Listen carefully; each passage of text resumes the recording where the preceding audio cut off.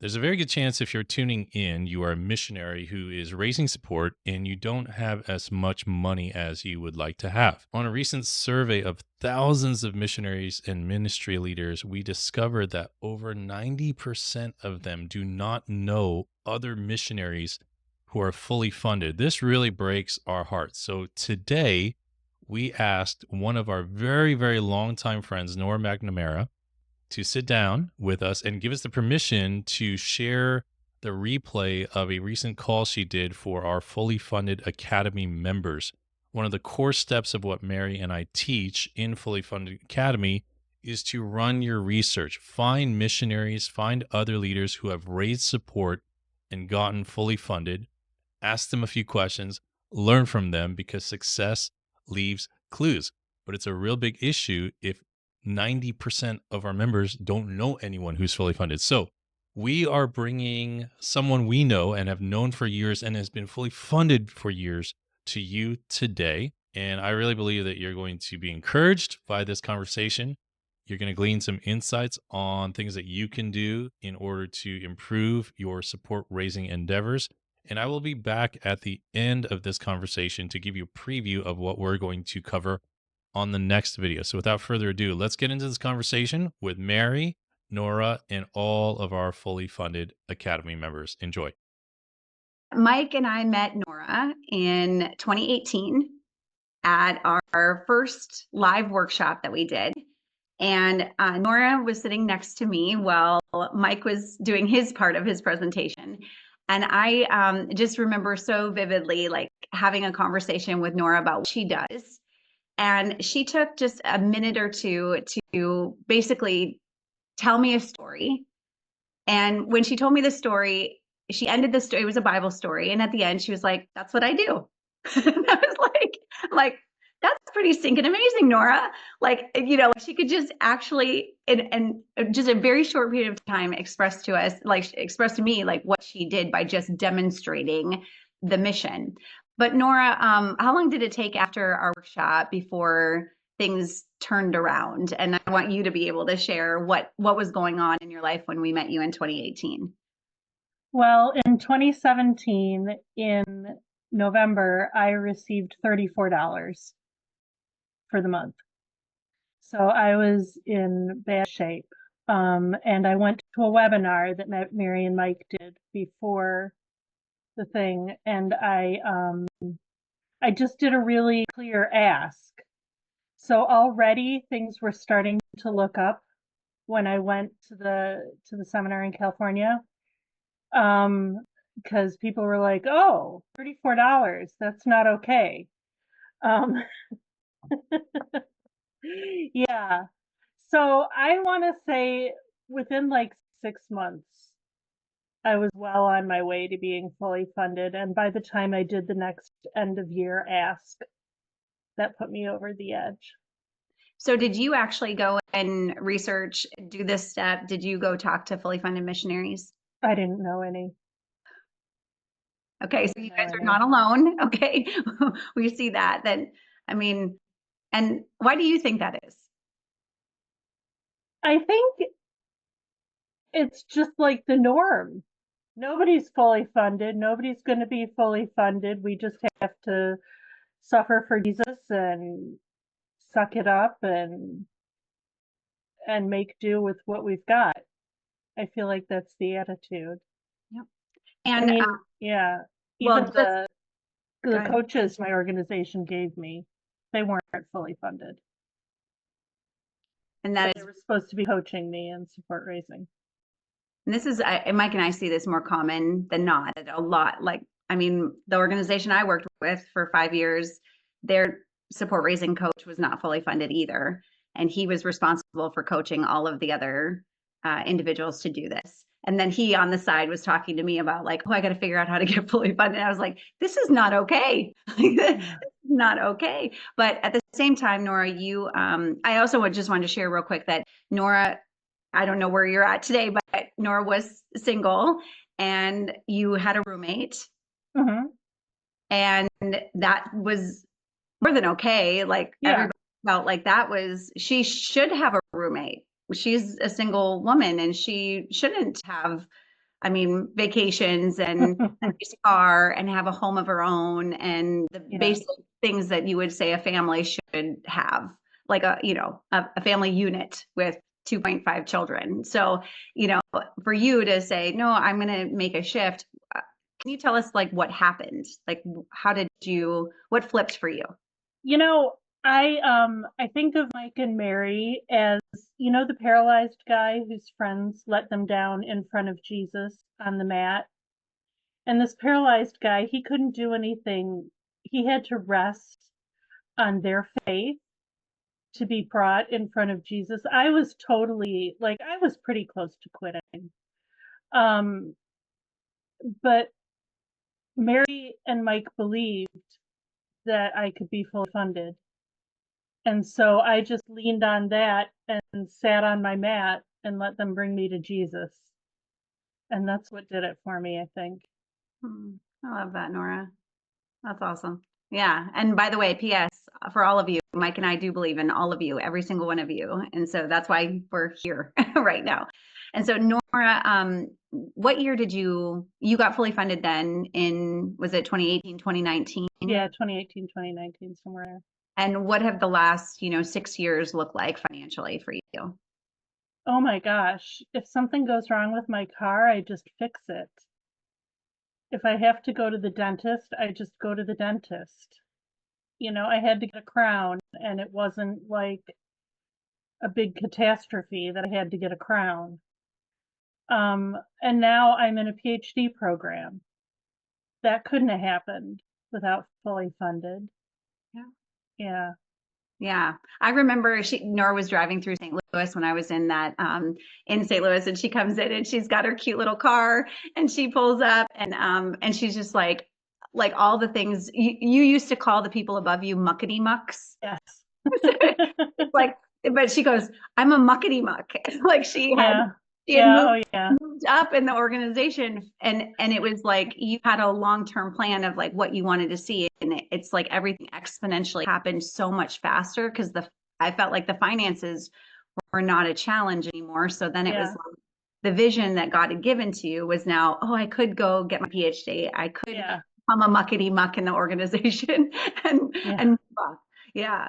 So good. Okay, so Nora is one of those people that when Mike and I talk to somebody and they say, I don't know anyone who's been fully funded, we usually will say, okay, we know that Nora is going to be an encourager and she's going to walk through that. So for today's call, we wanted to make sure that you guys had access to somebody who is fully funded. Nora, we have others in the group as well. And I reached out to a couple of them. I'm like, hey, if you're not going to be on, I'm going to talk about you. So, but regardless, they still pop in. They're still with us. You guys have, Lydia Nye is a good one. Daniel Hurlbrink has been on. Adam Strunz, they're all in our Facebook group. You have access to them. So getting in contact with 3 fully funded missionaries should not be an issue just within our own circle that we have created here. So, but Nora, when people have reached out to you, I want to start there, and then you guys feel free to in the chat. Oh yes, Lydia's on. Great. Hi, Lydia. Perfect. So, but for Nora, when people have reached out to you, what kinds of questions or what kinds of things have come up in your conversations with people who have said, hey, I just want to reach out to you. I want to check it off the checklist that's in fully funded to talk to somebody who is fully funded. What kind of feedback do you have on what you've heard over the years? So I just talked to Ed and Joy, like not even a month ago about this. Hi guys. And usually one of the first things I talk about was when I really got a hold of giving value in my emails. And what I did for a couple of years was every week I would record one of those Bible studies and just send it out to my people. And Ed and Joy and I were talking about, what could they send to their people? And I'm like, I really need to start this again. But I'm in graduate school. I don't know if I have time to learn those Bible stories. And they're like, well, why don't you give a language learning tip? And I'm like, oh, that's a great idea. So they blessed me. I started up my YouTube channel again, and I'm sending out a language learning tip once a week now. Which is, I just feel so much better about my emails now that I'm offering value that I'm not always asking, and bothering people. That whole concept, we're wired as missionaries to give, and we're not wired to ask. So Yeah. these giving emails, they help me a lot. Nora, you've been doing the same support letter that, Yes. I was like, I just want you guys to know, like, Nora Every year. the same support letter. She sends out the same email, like all the stuff that's inside of Fully Funded Academy. Nora uses it on repeat. Has anybody said, Nora, you sent the same letter last year? No. Now, one person, my best friend, is in Fully Funded too, and Ellie and Graham sent out the same letter I did, and their brother supports both of us, and he's like, your letters were awfully similar, and I was like, why, yes, they are. But it doesn't stop him from supporting us. No, and it was clear, and it was well written from both. Yeah. Okay. By the way, I get people who, when I was in St. Louis, people would mail their support letters to me, and I would get Mike's templated support raising letter in my mailbox from multiple people, and I didn't even, or emails, and I wouldn't even know that it was from us. Because you guys have to get that when you send an email, when you send a letter, it's in your voice. So I can only hear Nora when Nora's emails come. I can only hear Nora when I'm reading her support raising letter. So even though they're similar, they don't hear anybody else's voice but yours. So therefore it's authentic because it's you. So all good. Yeah, I tell people, do what Mike and Mary say. Not just what, because I'd be like, a Mother's Day email?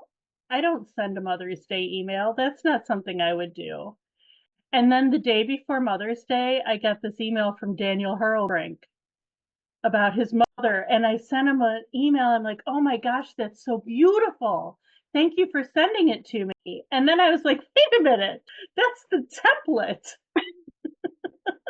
So then I hurried up and I sent it myself, and I got good feedback from that. So, the way I was doing it didn't work. So I need to have some humility and learn from you guys and do it your way. So love it. Laura says, Mother's Day email has been one of our best received emails.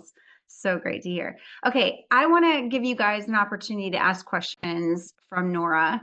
As a fully funded missionary, what do you guys want to know, from Nora as far as that would help you in your journey, wherever you're at? Nora has done all the steps. She has, and here's the thing, Nora, have you done everything perfectly? Oh, no. Oh, no. There is grace on every turn, right? Like you take Mike, right? We are happy that you steal. It is a gift, but you take what works for you, implement the things that work for you. And I know, Nora, like some of the components, you're like, I've tried, and it just isn't. And that's okay. Like you do the best that you can. I do want to highlight real quick before we jump into any questions, but go ahead and post your questions inside of the chat here. But I want to highlight what she does when she talked about telling stories and what the YouTube channel and the videos.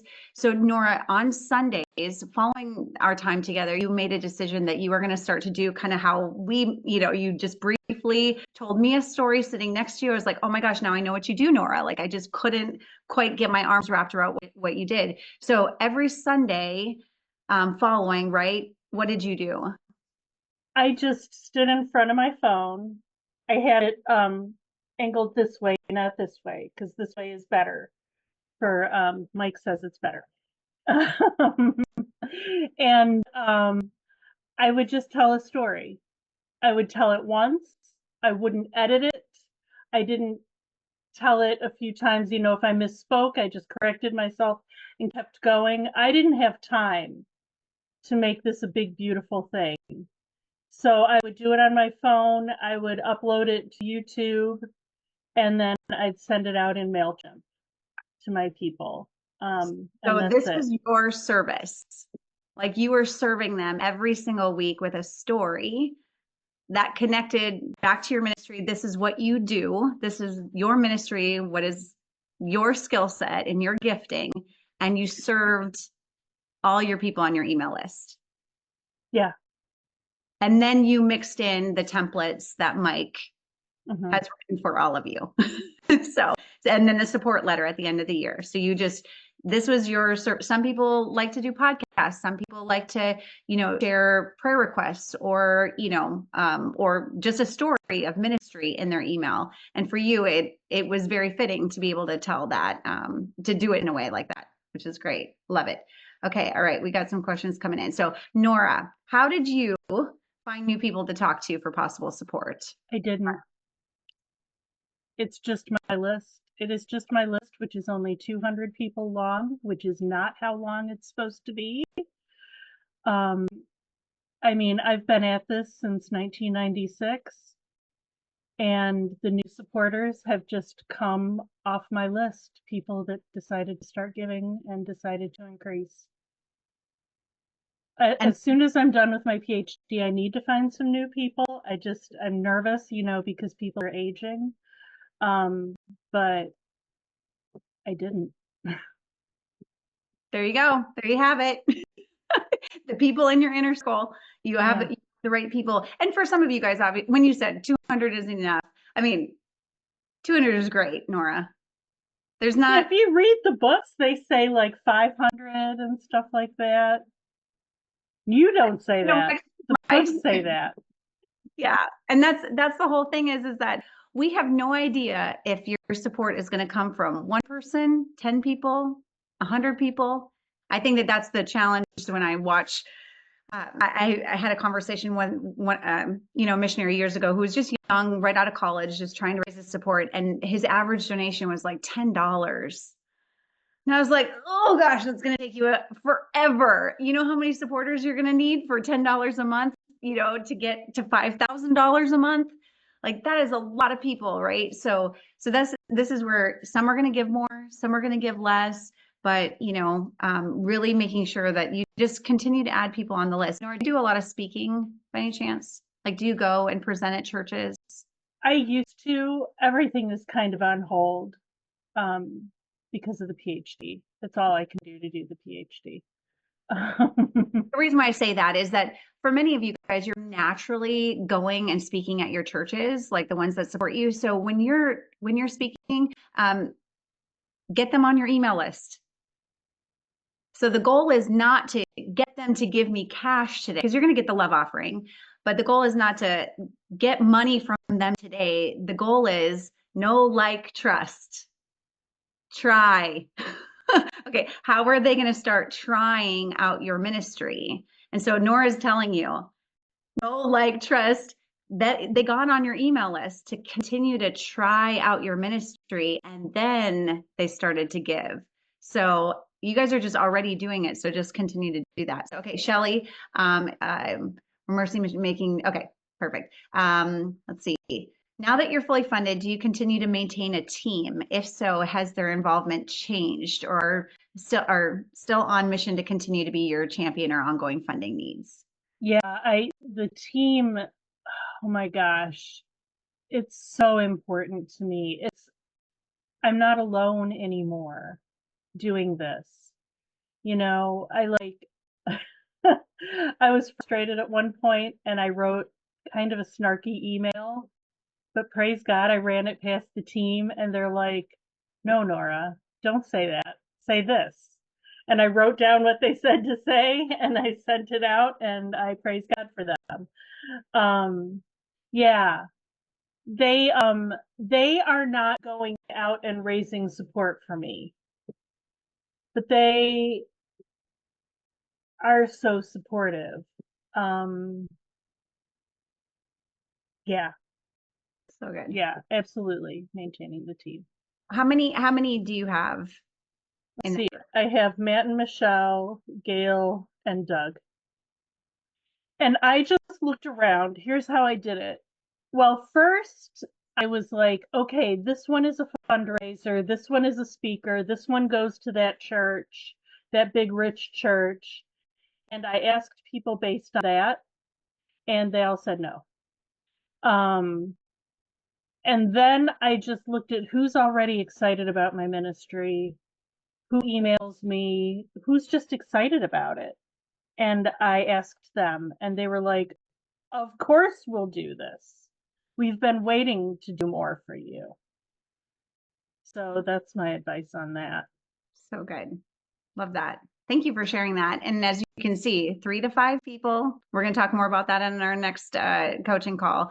But Nora, I think that that is the most common response that I get, is that sometimes it feels like the weight of the world is on your shoulders, trying to do this by yourself. And then as soon as you get those 3 to 5 people, there's something about just feeling like I'm not alone in this. Does that Yeah. resonate? Oh, for sure. Yeah. Yeah.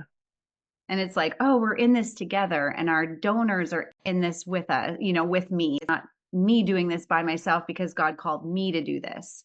It's we have work to do, and lives need to be impacted together. So really good. Okay. Do you have a plan for what you're send out, what you send out in your value emails, such as topics that are relevant to your specific niche? So I'm studying for my qualifying exams right now. So if I read something that I think is interesting, that's what's going to become my language learning tip for the week. It's not like a huge master plan. I just did one right before I got on this call. It's like a minute long. They're really casual. They're very bad, but people love them. People really like them. We are our own worst critic. So I love that you get that everybody else loves them, and Yeah. you are being obedient to share what God is telling you to share. Love it. And then Isaac had asked about, did you have to visit churches? I mean, I asked you a little bit of that, Yeah. but early in the day, even years ago. Oh, yeah. Yeah, Mhm. yeah. I visited churches. I like speaking in front of churches. The storytelling always goes over well. Great. So I'm looking forward to start that again as soon as the degree is done. Kimberly says, in what ways have you seen growth as you have gone through this process, both personally and financially? I mean, I have a savings account now. Yeah. And I can relax, and I can dream bigger, and I can say yes to things, knowing that if God's asking me to do it, God's going to fund it. I have this new confidence. Well, I guess it's faith. Yeah, it's grown my faith. Awesome. Great question. How often do you meet with your committee, your team? Oh, not often enough. They message me about oh, the cat. Oh no, am I gone? No, you're good. Okay, good. They message me like honestly about every 6 months. And they're like, Nora, we need to meet.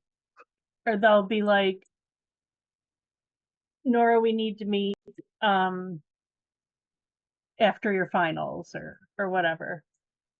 Yeah. Oh my gosh. I think the cat. kid figured out that he can see himself. Yeah. All right. But yeah, out here with me for a minute. Nora, that is, very common that we hear too about how often to meet.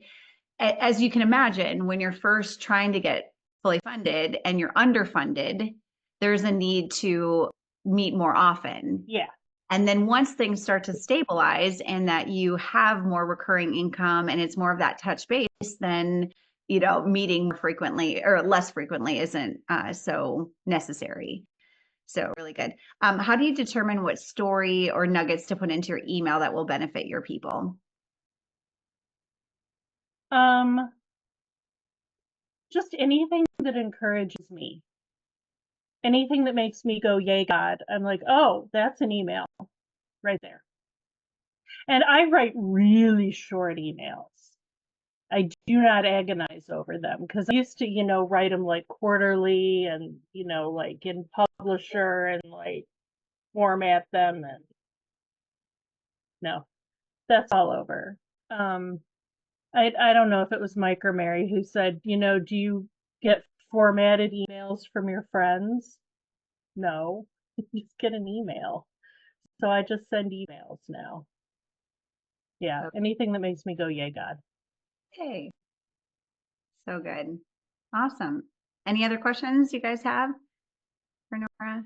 Nora, thank you so much for sharing in the chat, or yeah, give her a clap. But who wants to be Nora when they grow up? Yay. Love you, Nora. Yes. Love you too. I hope that conversation really inspired and encouraged you. If it did, please leave a comment below on the video. We read and respond to every single one. We want to know what's resonating with you. And the more feedback we get, the more helpful it is to keep creating content to help you on your support raising journey. On next week's video, next week's podcast, we're going to do another one of these with our longtime friend, Adam Struns.